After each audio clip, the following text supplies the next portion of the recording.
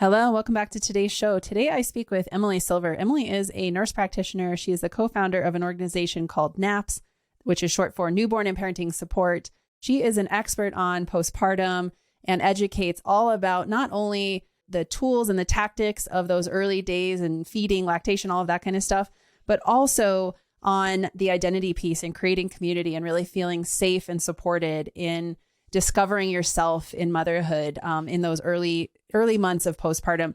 We also talk a lot about like the true definition of postpartum, how long it lasts, and the evolution of postpartum care in America and the evolution of the village and how we used to be so much more supported than we are now. And maybe that's why postpartum these days feels harder than it used to. So I loved this conversation. It was really interesting, and I hope you enjoy it too.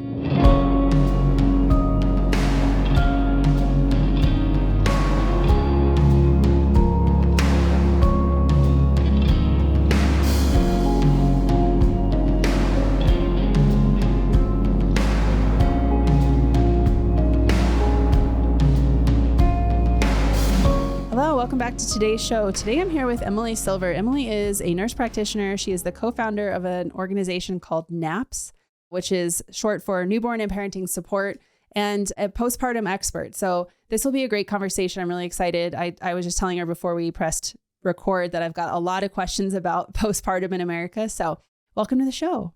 Thanks for having me. I know we really could talk for days about this topic. So we'll have to see where your questions take us. Well, I have a lot of them. And I feel like postpartum is one of these things where, you know, it gets associated with the baby primarily. And that's even before I had babies, my view of it was like, oh, postpartum, that's like, you know, the 3 months that we have maternity leave or whatever after we have a baby. But as I've grown, obviously come to know that postpartum lasts much longer than that and is so multifaceted and multidimensional, especially as it relates to the mother. So definitely want to get into that. But before we jump into all of that, can you just give a little background on your journey into what you do now? And also tell us a little bit about your kids. Absolutely. I mean, my kids play into so much of what I do as well. So my background is I was a labor and delivery nurse for a really long time. Along the way, I became a nurse practitioner and went into OBGYN. But while working as an L&D nurse and working in the OBGYN practice, I had met my now business partner, Jamie, when we were working the night shift. And so we had started our company probably about 12 years ago now.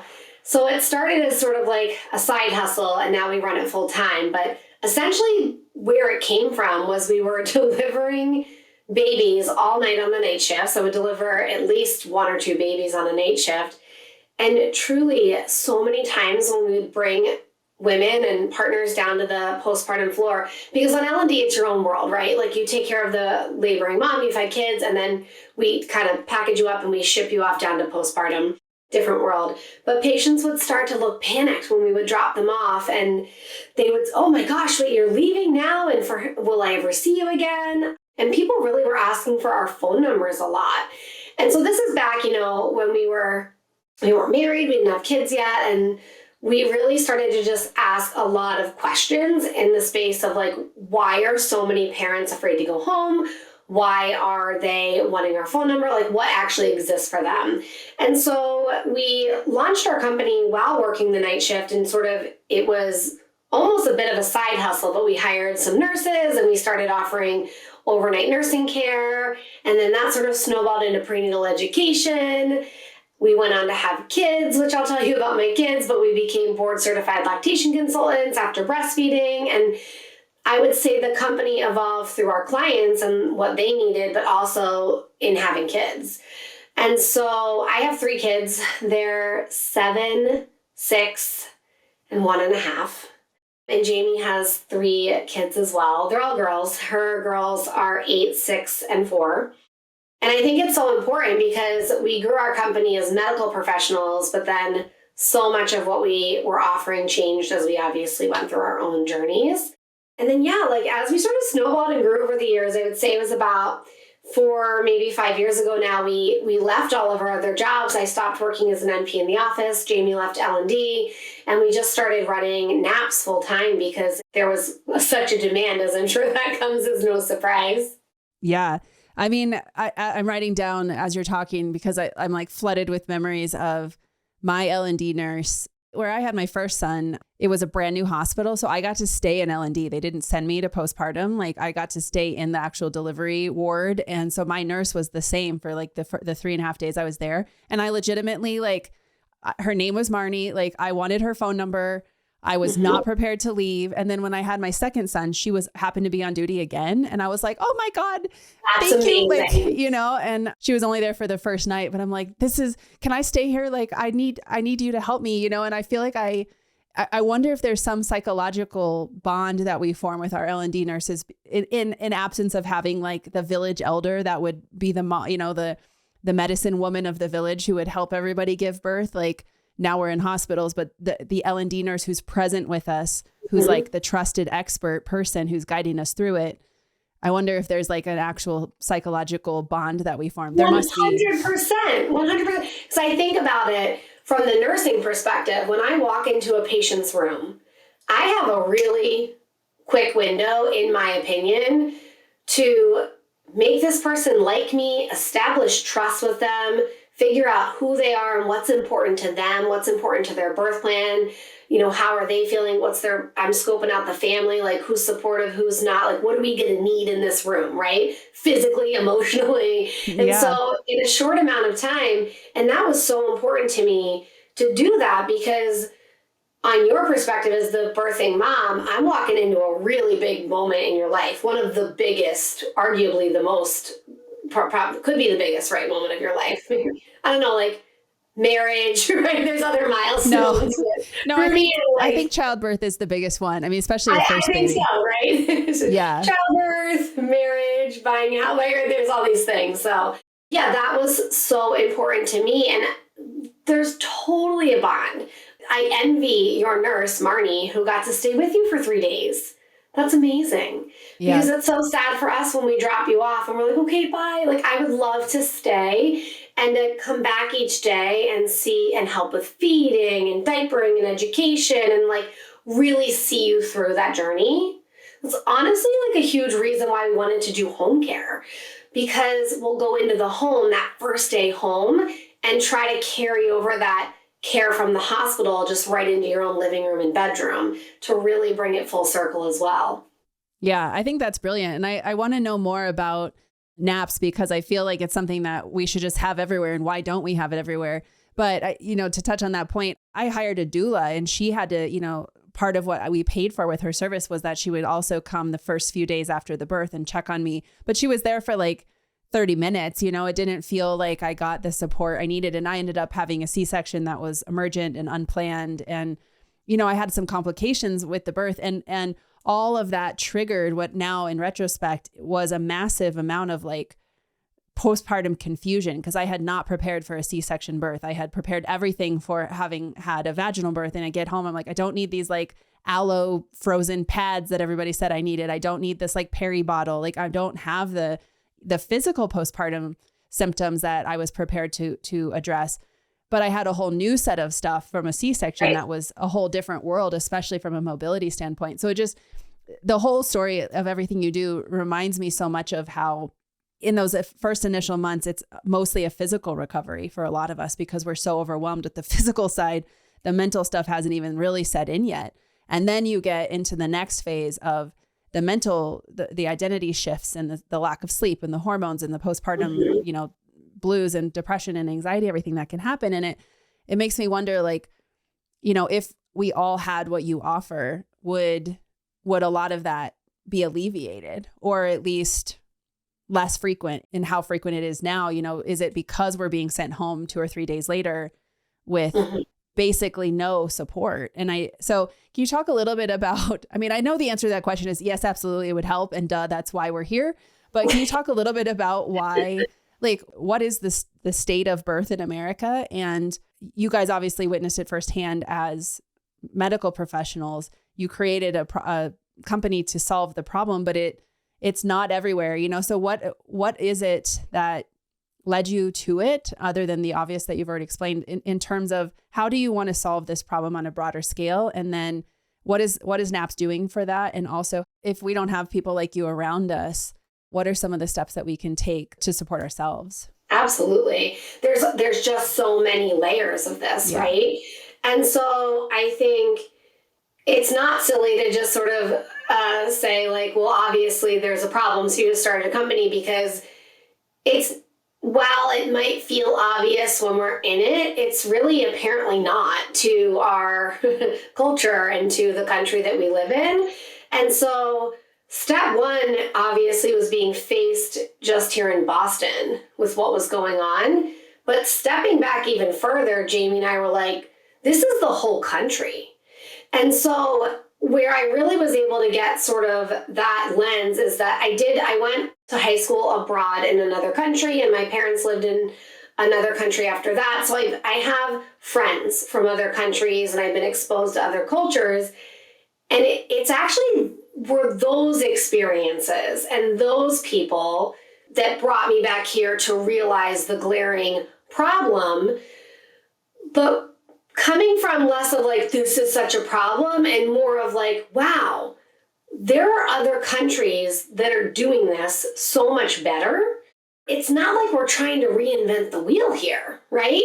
So there's that piece of it. So it was sort of like interviewing and talking and gathering those experiences and saying like, okay, there's a lot of places doing this better. And then the other piece of this is that yes, we had our own journeys and experiences. I'm very open about talking. I had postpartum anxiety. I really struggled after my first baby. And so I'm very open. I'm known for talking about that. But when I say that there's layers, if you actually look at all of the problems that exist, again, not reinventing the wheel, it's very clearly identified in our country, the problems that exist. And we actually have research to show us what makes the problems better from the other countries as well that are doing it better. And so the evolution of naps sort of became, yes, just here in Boston at first, but then after COVID, we moved everything online, and we thought to ourselves, we have to be bigger. We have to be able to help more parents.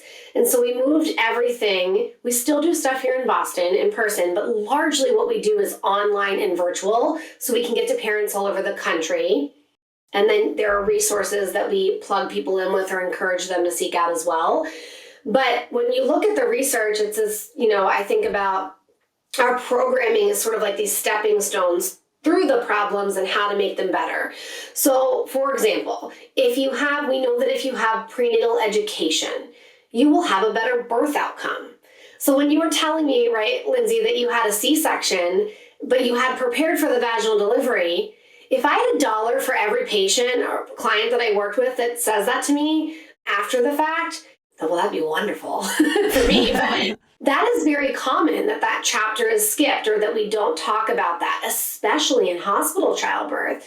So right away, even one small thing in our childbirth classes in our pre-baby boot camp is we talk about the whole thing. We talk about vaginal deliveries. We talk about C-sections. Talk about natural childbirth. We talk about pain management. We give parents a sprinkle of everything so that when they walk into that childbirth room, they're empowered and informed on all of the options, essentially. You look at postpartum, we know through research that having feeding support, having nurses who check on you improves mental health, improves anxiety, improves depression.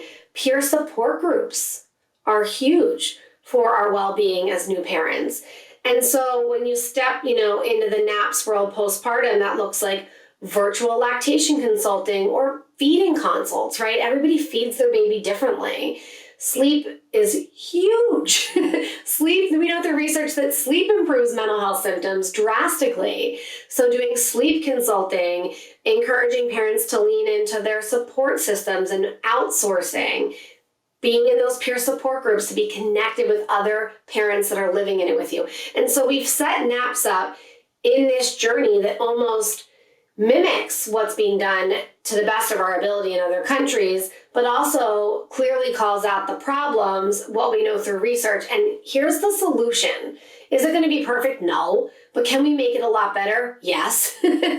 When you have all these things in place. Yeah. No, I mean, all those things are things that I feel like I had questions about. I relate to it a lot. And I think everybody listening who's had a baby definitely would too.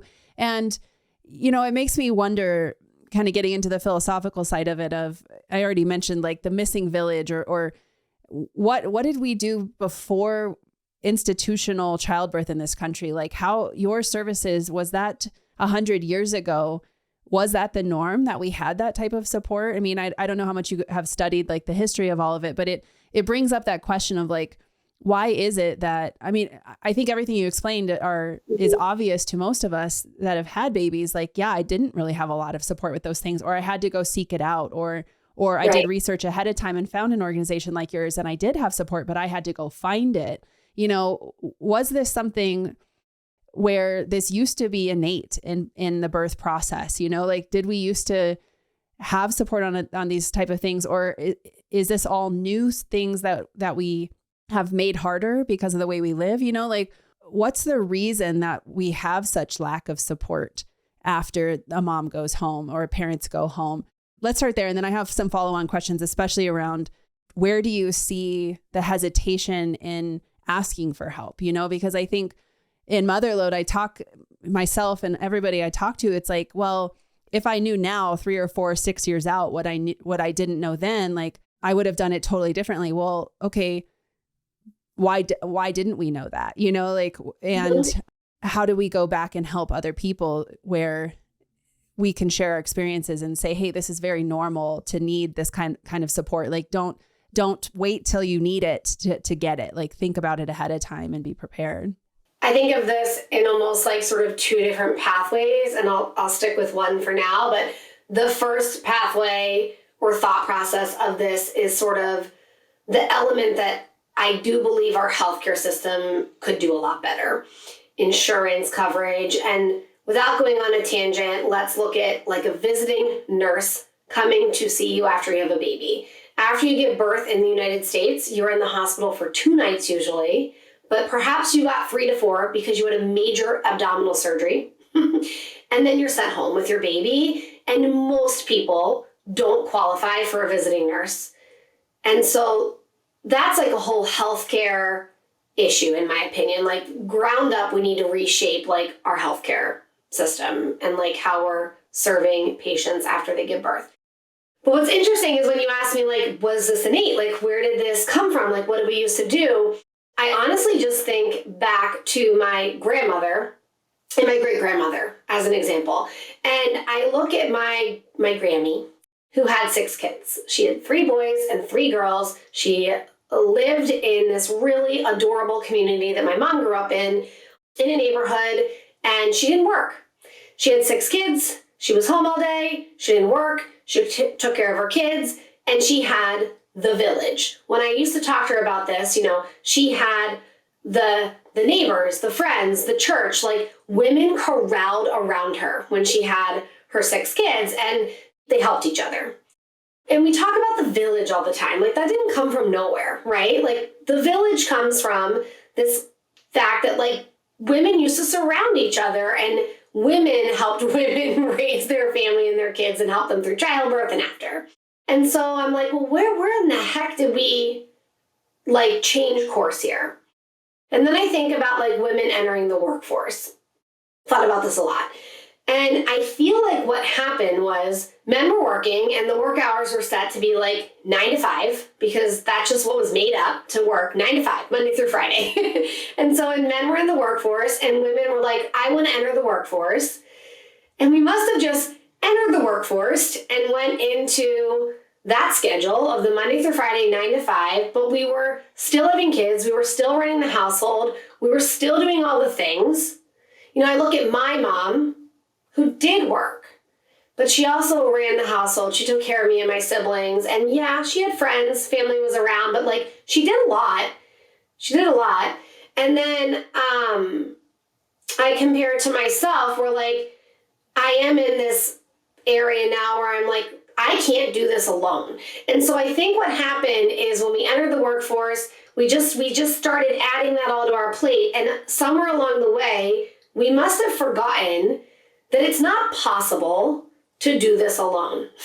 It's actually not possible for a mother to like give birth, recover postpartum, go back to work Monday through Friday, run the household, all the chores that need to get done, all the mental load of the things that we need to do, pediatrician appointments and this and that. Like, and so our society sort of fueled that a bit. And then social media came into play, and you see these images of women that are like working and having babies and they're out and about and like making it sort of look like all unicorns and rainbows, which it's not. And the fact of the matter is like no one can do this alone without the village. And so maybe the village is different now. Maybe the village isn't your neighbors and your family that's around you. For me, it's my nanny that works for me Monday through Friday because I'm a working mom. It is my parents. It is my sister. Like there are people that are friends and family that are in my village, but my village is also outsourcing. It's asking my husband to take on groceries and cooking meals and splitting the household chores 50-50. It's asking it's outsourcing a dog walker because we can't walk the dog right now. So these are all little examples.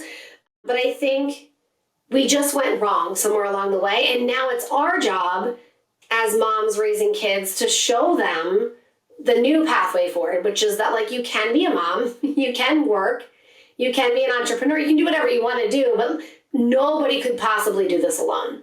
Yeah. Well, and it makes me think about, as you're talking, so much of motherload is about ambition. And I think part of that entering of the workforce was an awakening of ambition, right? Where I feel like in many generations previously, whether I don't know this obviously the stats, and I don't know that it was even studied, but my guess is that women had a lot more ambition than they were ever allowed to realize because culture and society and just the hardness of life, before technology and over the last several centuries, where most of work was labor. Like most people's work, their daily work was labor. It wasn't online businesses, right? It wasn't as quote unquote easy as it is now. And so labor, when work was labor and the ambition was to be part of the family business or to work on the farm or in the whatever industry that you were a part of, the ambition may have been there for women, but the work was too hard to do that and have children, right? And I think as ambition was awoken in the post-war generation, the millennial, the boomer generation, my parents, their parents worked. And so it was, I don't even know what the generation before the boomers was, the Depression era babies, right? They were really the first ones that left the farms and went in and got professional degrees. They became doctors and they worked in office jobs, right? And then our boomer parents were also working and they were in this new world of no, there is no, yes, everybody works, mom and dad work. And I feel like that woke up ambition in women in a good way, where it was oh, I can go be a doctor. I can go be a nurse. The culture has shifted enough now where I can go get a professional degree and pursue ambition. And maybe I don't need to have 6 or 8 kids. I can have 2 kids, but it doesn't change the amount of mental load that comes with doing both things, pursuing your ambition and becoming a mother and dealing with the identity shifts and the physical shifts and the mental load and everything. And so I feel like it happened in the last century where we woke up ambition in women in a new way that had never been possible before, because there was now the ability to go work in a job that was the 9-to-5 where you could still do it and have kids. And we never really dealt with what that meant for postpartum and what that meant for the additional load that is on women that isn't on men, that we just kind of swept under the rug and we're oh yeah, you can go work, you got it. And we also didn't build in the backstop of, hey, yeah, let's go empower women to be super ambitious and go work while they also have kids.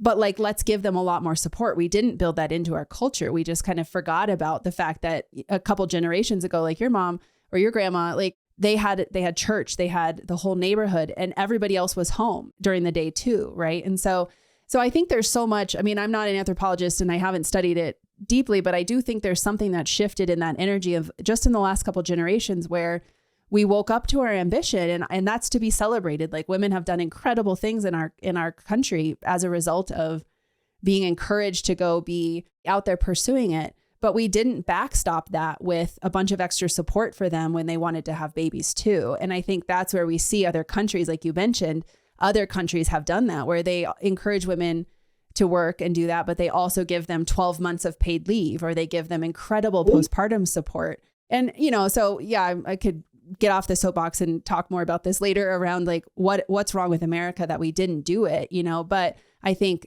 it's to let women off the hook a little bit here in America to go, hey, this isn't you didn't do anything wrong. We were encouraged as the boomer generation, Gen X, millennials, like we were encouraged to go get jobs and follow our ambition, and we still want to be moms. And so the fact that it feels so freaking hard after you become a mom to jump right back into work and still be in this postpartum, like questioning, who am I and how do I do all of this, is very, very real and very, very common. So that's very interesting to me in the motherload conversation, because I feel like so many of us blame ourselves for feeling all the things you've already mentioned. Like, I didn't know that I was going to need feeding support. I didn't even know where to find that. Who is supposed to help me with that? It's like, well, yeah, 50, 60, 100 years ago, you would have had a whole village to support you with that. Now you have to be ready. You have to know these things ahead of time and be ready to support yourself by hiring help or taking courses, like doing all the things you guys provide.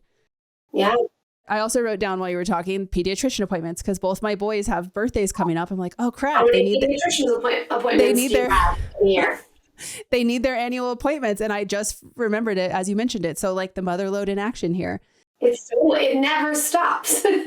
Yeah. So it kind of continuing on in that conversation around, us waking up as mothers to, it's not our fault that it feels so hard in that postpartum time. Like, it's not that it's abnormal. It's very common and there's a lot of factors, but in your work that you guys do with naps, obviously there's a lot of like tactical support you provide with courses and, how to feed, improve feeding, how to heal the physical body. But what are you seeing or what are common things that you see in the identity piece, and how does like the tactical stuff of feeding and physical recovery and all that support the identity shift that has occurred and women realizing or kind of coming back into their new identity and going, okay, maybe I do want a different rhythm in my life. Maybe I do want to look at work differently. Maybe I do or don't want so much support. How does that tactical education piece fit into the shift of the identity?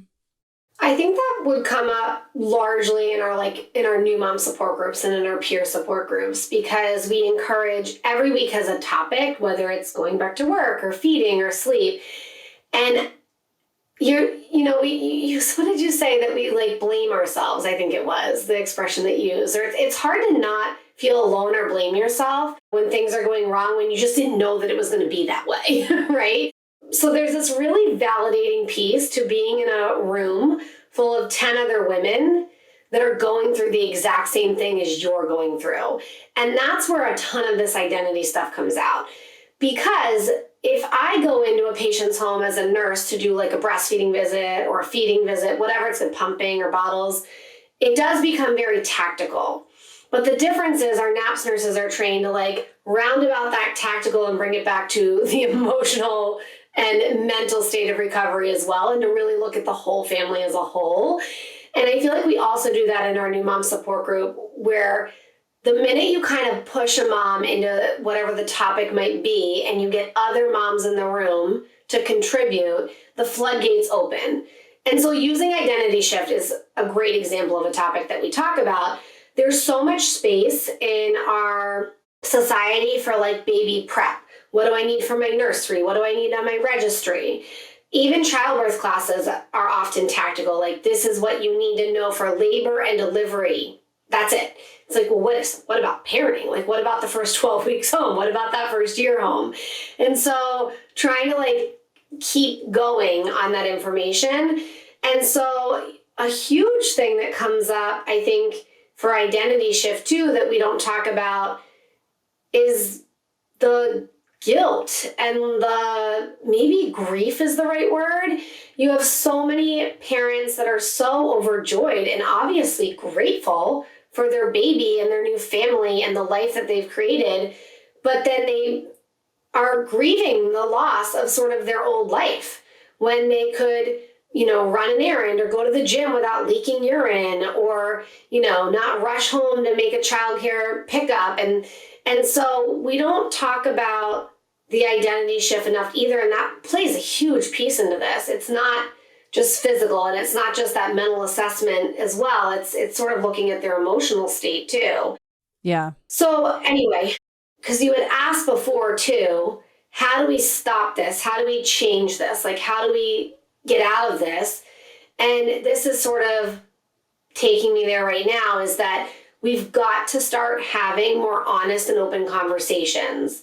So for example, like in my new mom support group or in my working mom support group, I will say to people, I will explain to them the grief that I felt in my new life. I love my kids. I love, we all have to give the disclaimer. And then I'll say, I really am mourning the loss of sleeping in on the weekend or being able to like go to work and like maybe, get some extra things done to really go for that promotion, whatever it may be. And then the minute you like give someone that, that feeling that you're having or that thought that you're having, it's super validating because they're like, oh my God, I feel that way too. And like, I thought that was bad. I thought that was not good. And I would never have said that. And then everybody starts sharing and everybody's just honest. And that's the moment where you're like, this is it right here. So whether that be in the prenatal education, one of our topics on boot camp, pre-baby boot camp, where we do all of our classes, is communication with your partner. Mm. And we talk about like how to communicate when you get home with the baby, how to divide the household chores up, and how to not kill each other, basically, and how to each like do something for yourself each day, even though there's a baby there. Like, when's the last time you've ever heard of a birthing class doing that? But that's so important. Right. I'm like taking copious notes because I have so many questions, but it's. I took you on a little tangent there, Lindsay. No, sorry. no, like, it's so true though. Like you said it, the best antidote or like the best tactical tool for the identity shift, because there's tactical tools for like a better latch. There's tactical tools for colicky babies. There's tactical tools for sleep, right? Like there's tactical tools for healing your vagina and your C-section wounds. Like we know all of that. And we may not know that until we have the baby and then we have to go figure that out. But that stuff's all like, do this, you'll have this result for the most part, right? Like there's like wound care. It's pretty cut and dried. Like, lactation, pretty cut and dried. You might have unique struggles, but like by and large, it's pretty black and white.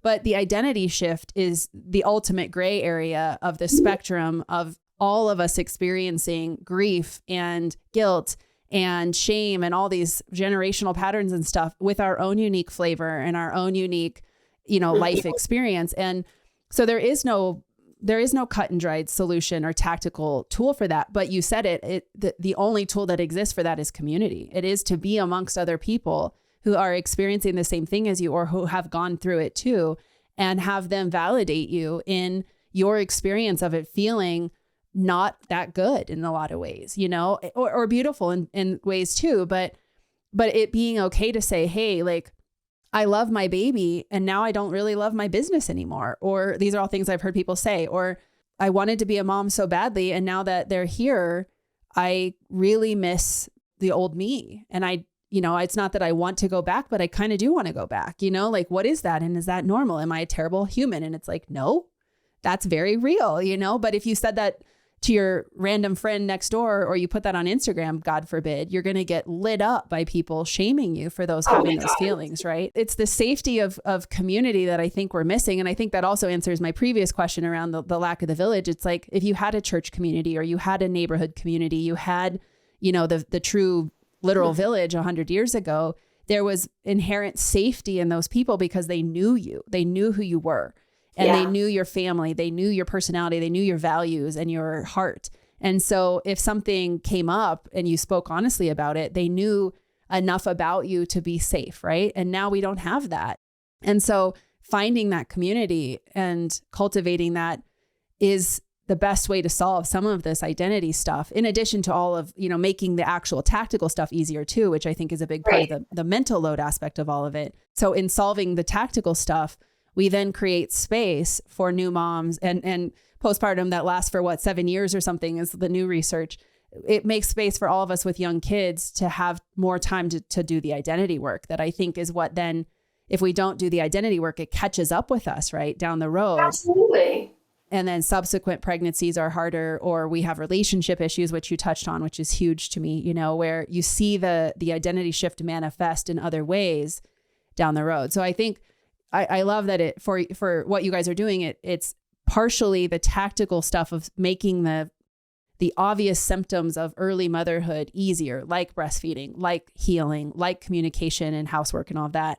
But it's also creating community, which helps to create that safe space for you to be really honest about things like grief and guilt and shame and all of the darker stuff that I think when we keep it bottled up is what then leads to the postpartum depression, anxiety stuff. I think we keep it bottled up because we feel so guilty to have those feelings or emotions. And I don't know where we went wrong about talking about that it's okay to have conflicting emotions, right? Like I can be so loving my maternity leave at home with Eloise and like cherishing every moment, but also like so excited to go back to work and get back to what I'm good at and see patients and talk to people. But for many people, you know, they're like, ooh, those emotions are conflicting. Like, why am I having those feelings? Like, am I a bad person? Am I wrong? And so we need to make more space for just normalizing that, you know? Yeah. I can love my baby and still miss my old life. I can love being on maternity leave and grateful for the time and still be really excited to go back to work and like scratch that itch of my brain. You know, like the minute you have these conflicting emotions, we just need to release them and say them and like have somebody else be like, I felt that way too, to normalize it. But instead we kind of like hide it and we keep it in because we feel shame. And we feel like we're going to be judged. I mean, that's one of the biggest things. Like I am a medical professional. I am a nurse practitioner by training. I always want to provide accurate, evidence-based advice and care to patients. But what's is equally important to me is being able to support families from a non-judgmental place and not just like saying that, like I'm non-judgmental. It's like, I actually just want to help parents identify the conflicting feelings on a bad day or figuring out where they're butting heads communicating wise in the new home or with the baby or struggling with feeding, struggling with sleep, struggling with childcare transitions. Like it never ends. I just want to be able to help support them so they can make the decision for themselves without feeling judged. And so rather than tell people what to do, like I feel like in the medical field, we're really good at being like, do it this way, like here's the best way. Not everybody, but there, you know, you can find that out there. It's sort of like, here's an option that's great, and here's another option. Like which one feels good for you, and letting them decide so they don't feel judged. Yeah. Well, and it brings up for me in that conversation, you know, part of this kind of more woo-woo, less evidence-based conversation around how much of new motherhood is intuitive, you know, and if we were really left to our own devices without so much medical intervention, without so much, you know, medical systemization of how the whole process goes, and we were educated by a village, and then we were left to our own, you know, to our own intuition as new mothers, you know, how much of it is intuitive and how much of it has to be taught. And I don't know if you can answer that, but I have that question around, you know, so much of of the judgment and the shame and all of that comes up is from not doing it the way other people are doing it and getting feedback from other people that were somehow doing it wrong, you know? And it's like, well, right. What does your heart say? What does your intuition say about your relationship with your baby or your body? You know, for me, like for example, breastfeeding, I hated it. Like to this day, even thinking about it is like nails on a chalkboard. I hated the sensation of it. Yeah, like, you know, and I didn't know until afterwards that there is a whole like syndrome where you physically are like revolted by breastfeeding. Like I hated it. It gave me like, and there's some women who experience physical symptoms like nausea every time they breastfeed. Yeah. And it like, I'm going through all of this and I had 10-pound babies. My first one, well, both of them was C-section, but my first one was an emergency C-section that was unplanned. And, you know, I tried to get him out naturally. I pushed with no drugs for hours. So I was like physically exhausted. I had a very traumatic birth. And then my milk didn't come in for like 9 days, you know? And so I had to supplement my huge baby with formula. And I felt so much shame about that. And so then I tried to force myself back into breastfeeding. And, you know, that long story short, it's like, if I had just trusted myself those first few days when I was trying and like, you know, all these things, and I was already feeling that sense of like, this just isn't, it's not that I don't want to put the work in, you know, that's the shame I got from people was like, you just got to work at it, get some help, keep trying, don't give up. It's really important. And I was like, I don't want to. I wish I took care of you for your second baby. I would have been like, Lindsay, cut this shit out right now. Yeah, well, I did it. My second baby, I did learn. But that's the thing is like the second time I'm self-aware enough that the second time I was like, you know what? I'm not going to put myself through this again. So I pumped for like the first 8 weeks, so like he could get colostrum, he could get the nutrients he needed, even though I was a low producer. But I started him on formula from day one. So I never had to go through all of the shit that I went through those first couple of weeks with my younger one or my older one. But all of that is to say, like, there's things like that where my intuition was screaming at me in the beginning, even on my first baby, that like, I actually physically hate the sensation of breastfeeding. I don't like it. It had nothing to do with my baby. It was all a neurosensitivity thing. But nobody told me that was normal or okay. I only got the feedback and the judgment of like, you need to try harder. So I think some of what comes up in this like postpartum phase for a lot of us is we have our own intuition about how to do something, and we want to go learn how to do it that way, or we want someone to validate us and support us in doing it that way. And we only get somebody else. We only get one other opinion, that tells us that's the wrong thing. And so part of what makes postpartum so hard is not only the lack of education, but that we are also fighting our intuition. Do you see that? And as I know, like there's this balance of being in the medical profession and evidence-based, and like there is a right way to do a lot of stuff, but also there's a lot of right ways to do things in the medical world, right? Yeah. There's a lot of right ways to do things just in the medical field, right? Yeah. And that are backed or not by research. I think what's key here is obviously, right, education. We've talked about that, so that you know your options and you're empowered, whether that be for your labor, whether that be in your postpartum recovery, knowing to call for a therapist because you've been crying every day, or knowing to make a pelvic floor appointment because you are having urinary symptoms, or whatever, like the list goes on, as you know. I think the other key piece that we layer into our education, and that is sort of probably what makes us different than other medical professionals in these classes, is that we are trying to teach parents to protect their intuition. Like you decide to have a baby for all intents and purposes. Like you're having a baby or expecting a baby with someone that like you likely love, and you made this decision, and you're smart people usually, and you grew a baby for 9 months, and you went through childbirth, you brought life into the world. And so it's really easy, though, as the first-time mom, like you just told me with your feeding experience, to lose the intuition because of all of the judgment, the shame, the unsolicited advice, and the outpouring of commentary. Like, do it this way, do it this way. And it's really confusing because you can get conflicting advice from medical professionals. You could have a nurse come in your room and tell you how to do something one way, and then another nurse come on the next shift and tell you how to do it another way. And if I step back as a nurse, I'm like, well, yeah, both ways are right. Like, you could do it either way. But as the patient on the receiving end, who is really struggling to find that intuition and feeling a little conflicted, it's really easy to spiral and be like, well, which one is it? And so what I have decided is that, especially in our day and age of like digital platforms and social media, like I can't stop the unsolicited advice. I can't stop the scrolling on Instagram. I can't stop the judgy comments. I can't stop being at Starbucks and a random person telling me a comment about my baby. Like, I just can't stop it.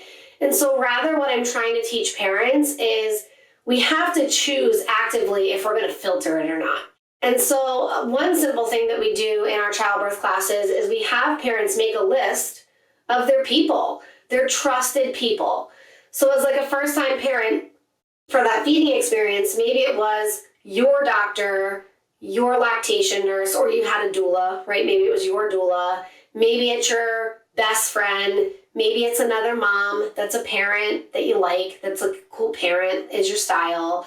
Maybe it's your pediatrician, right? You're making this list. Maybe it's your mom. Maybe it's not your mom, right? Like, who's on your list? And it should be like short and concise and reliable.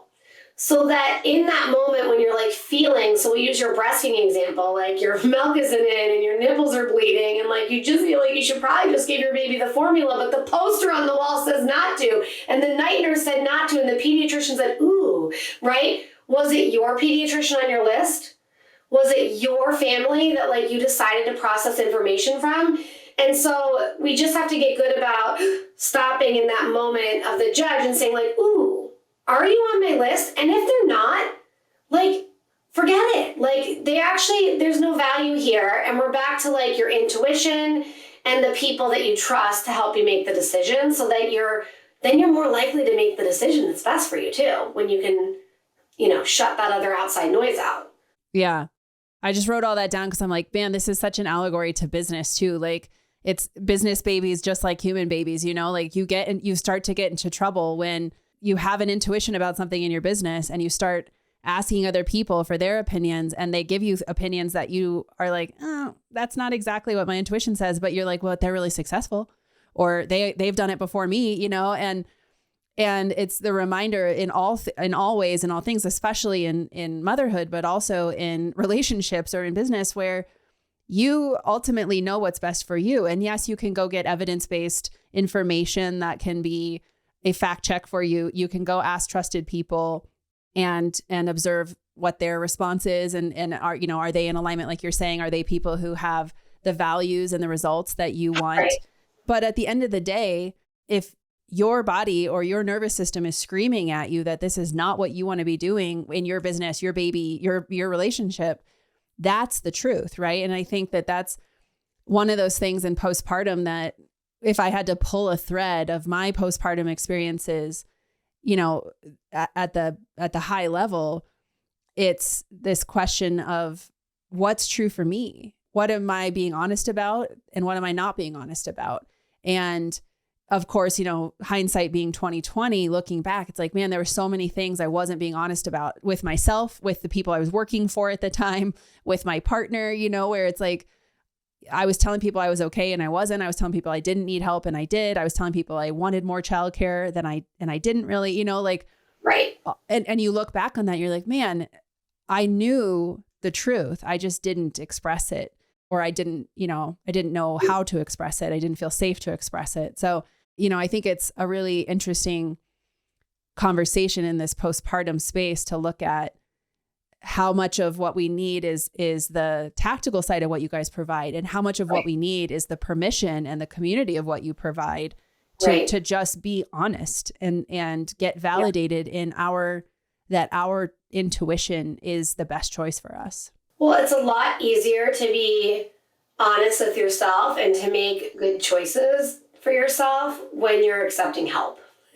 Yeah. Because when you're accepting help, you're taking care of yourself. And asking for help and accepting help is a learned skill. Like you're not just going to magically one day be like, okay, I had a baby. This is me with Grace, my first. I had a baby and I'm anxious. I have anxiety. Like I should probably ask someone to drop dinner off and I should probably have my mom come over. Like I didn't know how to do it. It was a learned skill. It was easier to be a martyr. So another huge piece of this is like knowing how to take care of yourself for both parents so that you actually can show up and take care of your baby and make those decisions for your family. Yeah. And I think, that's a whole other episode on like how in this culture, in our country, we're not conditioned, even as individuals prior to becoming parents, to really take care of ourselves, right? Like it's not, we don't really know how to ask for help in general. I don't think most people do. And part of that is like, because we have such low tolerance for being uncomfortable. And most people don't want to have an uncomfortable conversation with other people where they have to ask for help or they have to give help to someone in a way that's uncomfortable. And I think motherhood and having babies is one of those times where it makes a lot of people uncomfortable, even not necessarily in a bad way, but it's just like, oh, I'm weird around babies. I've never been like, especially women who are becoming mothers and their whole friend group, aren't mothers yet, or this is your first baby and it's your family having to get to know you in a whole new way and that you've just been through this massive physical trauma. And, there's a lot of uncomfortable aspects to a lot of this relating with other people. And if we haven't done the work prior to becoming parents to become more comfortable with discomfort, we're going to have a really hard time getting comfortable with it now that we're living in discomfort all the time, not sleeping and being in pain and, like recovering from childbirth. I'm literally like laughing because in our childbirth class, I say to all the parents, I'm going to need you to get comfortable being uncomfortable because life doesn't come with an epidural. Yes. Yes. But I think it brings us full circle in that how do we get comfortable being uncomfortable? It's back to having open and honest conversations with ourselves, with our family, with our friends. And when you are expecting a baby or when you have a newborn, surrounding yourself with that peer support of people who have gone through it or are going through it so you don't feel alone and you don't feel judged and you can feel like you can relate to other people. Yeah. So wrapping up here, because I want to be respectful of time, but one like little question I have to kind of bookend all of this is, in your opinion, and you know, in all the work that you do, how long do you consider women to be in like the traditional postpartum period? I've heard everything from like, you know, 6 months to 7 years of energetic and hormonal shifting. So is it one of those ends of the spectrum, or is it somewhere in the middle? So for me, like from a medical standpoint, when I'm evaluating patients and assessing them, I'm super mindful of their mental health in the first year of life. Yeah. Just because we are looking to screen women and identify, and fathers too, right? Postpartum anxiety, depression, mood disorders. And so medically speaking, we consider that like throughout pregnancy and in the first year of life. Okay. So I am sitting here with an 18-month-old. I have 3 kids.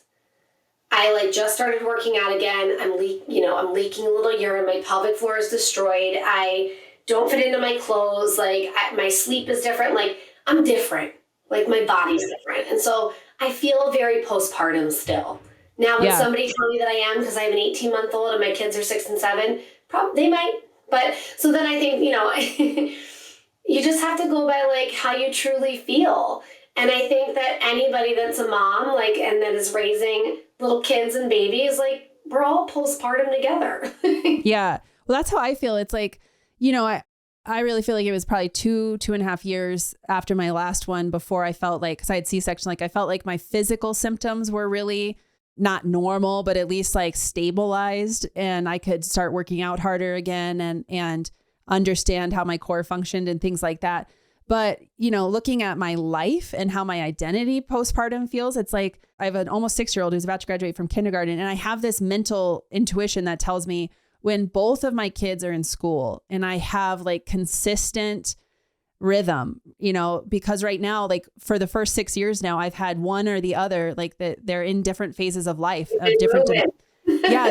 They're so demanding of my, you know, like they're not independent really. My 6-year-old is just getting like what I would call independent. So I'm like, okay, maybe there's a new phase that truly is at like 6 or 7 years out from your last baby, where now all of your babies are in school and you have more of a consistent like independence rhythm in your home. Mm-hmm. And that's when some of the mental postpartum changes can kind of stabilize, where you're like, I don't have to be so vigilant all the time. I don't have to worry about every sound in the middle of the night. I don't have to have constant conversations with my partner about the, you know, ups and downs of everything, because stuff feels a little bit more stable now, you know. And then I guess you hit the teenage years and all bets are off. Then it's, we're gonna have to start another company for the teenagers at some point. But I think like that's another thing for women to really, or, you know, mothers to really let settle in is postpartum is not just those first few months when you're on maternity leave. Like it's the physical stuff that goes on for a couple years, and it's the mental and emotional stuff that goes on for a lifetime ultimately. So, you know, these conversations are relevant to us no matter what stage of early motherhood you're in. All right. Well, this is amazing. And like, we didn't even touch on like all the tactical side of everything, but I know you guys have your own podcast and of course share a ton of resources. So can you share where people can find you, especially if they want a lot of the community and the resources you provide? Yeah. If you're feeling like you do want this type of prenatal education, or you do want this peer support, or, you know, support from medical professionals that aren't going to judge you at any point in the journey, I would invite you to just look at our website, Nurture by Naps. And our online membership we call our online membership Nurture by Naps. Our company is Naps, but you can engage with us whether you're pregnant or you have a newborn or you have toddlers. And so, you know, checking out our website is a great place to start, the nurturebynaps.com. Or if you just want to like get to know us a little bit more, we're super honest and open on our Instagram platform, Nurture by Naps. And every Monday we do something called Moment for Mom, where we jump on and we allow anyone to ask us any parenting questions, whether that's pregnancy or feeding or sleep, and we answer as many as we can. So I think we're pretty known for that too. If you just wanted to like come and ask a question and see what the answer feels like from a nurse who's not going to judge you either. But those are the two best places. Amazing. Yeah. I love the moment for mom because it's, I think we said this before we pressed record, but I feel like so much of postpartum in America is just birth in America is focused on the baby. Yeah. And a lot of what leads to the motherload and all the stuff that starts to show up for women, ambitious women down the road, I think comes from those early days, right. Everything in a moment changing from self-focused to baby focused. And now you lose yourself, right? And how do we reclaim, how do we have our own agency and our own identity through the entire matrescence process is the goal, right? Is to stay with yourself through each phase of pregnancy, birth, and the postpartum era. So thank you so much for the work that you're doing and for being on the show today. Thank you for having me. I appreciate it. And thank you all for listening, and I will see you on a future episode.